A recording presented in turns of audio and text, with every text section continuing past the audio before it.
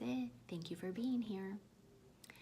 So let's take a closer look into these Vedic teachings and see how they could support us in further developing our spirit.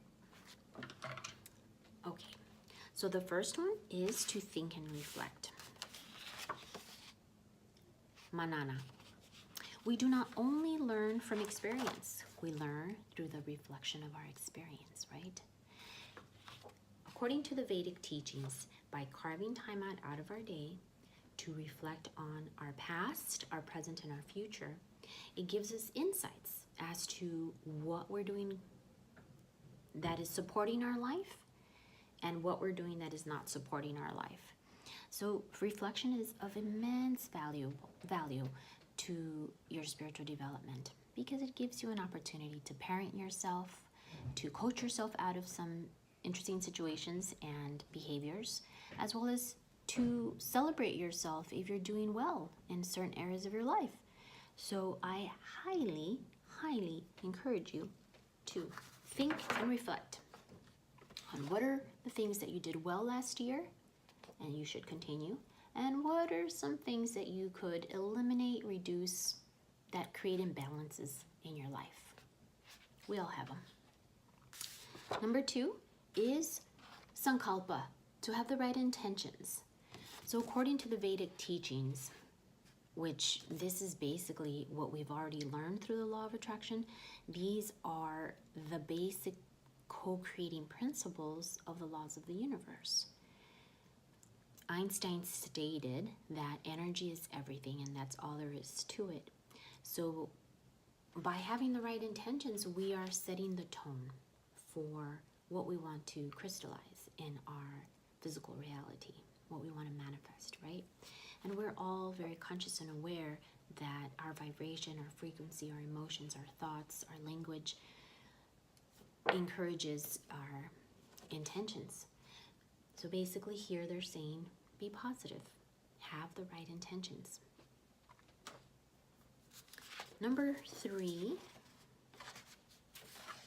is to let go of false perception. Basically to remove the false ideas and doubts that you have that keep you from your joy, that keep you from the things that you want.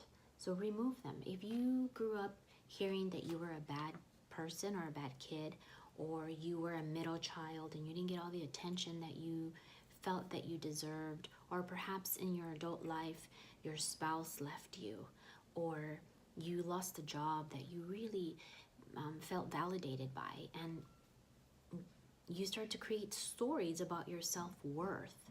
So here the ancient sages were saying, stop it, remove those false ideas and doubts. But how do we know what they are unless we think and reflect, right? So we can't skip. We want to make sure we go in order and we follow the system because it is effective.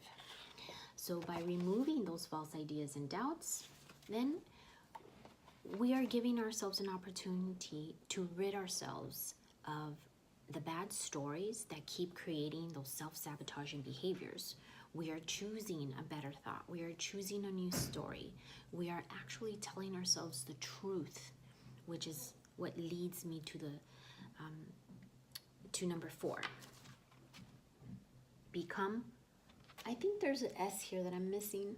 Be conscious of your divinity. Atma Chintana. Tell yourself the truth of who you are. We are all conscious that we are spirits having a human experience. This is a costume. I am not Carmen Sima. Carmen Sima is an aspect of who I am, a tiny aspect of the magnanimous soul that I am. Just like with yourself, who you are is only a tiny little particle of the ginormous, beautiful, enormous love and light that you come from, that you are. Your authentic nature is love and more love and light and blissful awareness, because that is the source that created you. That is your home, your source. That feels amazing. And the Vedic teachings, another teaching that we learn through the Vedic teachings is that in our heart there is a light. And this light is unharmed, unchanged, and undamaged by our human journey. It is intact, it is immortal, it is indestructible, and it is always, always loved. This is the nectar of our soul. It is right there. It is the seed of our soul. And Yogananda called this light our portable paradise, a piece of heaven, a connection to heaven. Whew! To me, just having that awareness, reminding myself of that, it gives me such great ammunition to move through the muck of this third dimensional reality that can be sometimes painful and challenging and hard, because we are seeing this third dimensional reality through our human perception. But when we become wise and when we follow the spiritual truths, we begin to use our third eye. We begin to use our spiritual eye, and we choose to see things differently. So when we have obstacles, when we are unevolved, our obstacles create victimization, misfortune. But when we become wise, when we choose to learn a new way of being through the ancient teachings, we see obstacles as valuable and beneficial opportunities to evolve and to grow our spirit. And so instead of feeling sorry for ourselves and feeling angry because the world isn't treating us right, we are grateful. We are grateful because we're being given insights into our karma. And that's a whole nother story. We dive very deep into this work with the chakra classes and other classes. But just for the purpose of this video, just know that by implementing these 4 little steps, you could have and gain massive clarity into your life and gain an immense amount of power, personal power, so that you could embrace the darkness when it's there, fully face it, face those dark times, and then tell yourself a new story. Tell yourself the truth. Remember your origins. Remember where you come from. Always remember your divinity. Even when you are at your worst, you are divine. Even when your human is hurting and ill and poor and feeling unloved, that is all part of an illusion. The truth is that you came here to experience that because you don't know what it's like in your spirit form to be unloved, to be unhealthy, and to be unprosperous and unjoyful. You don't know.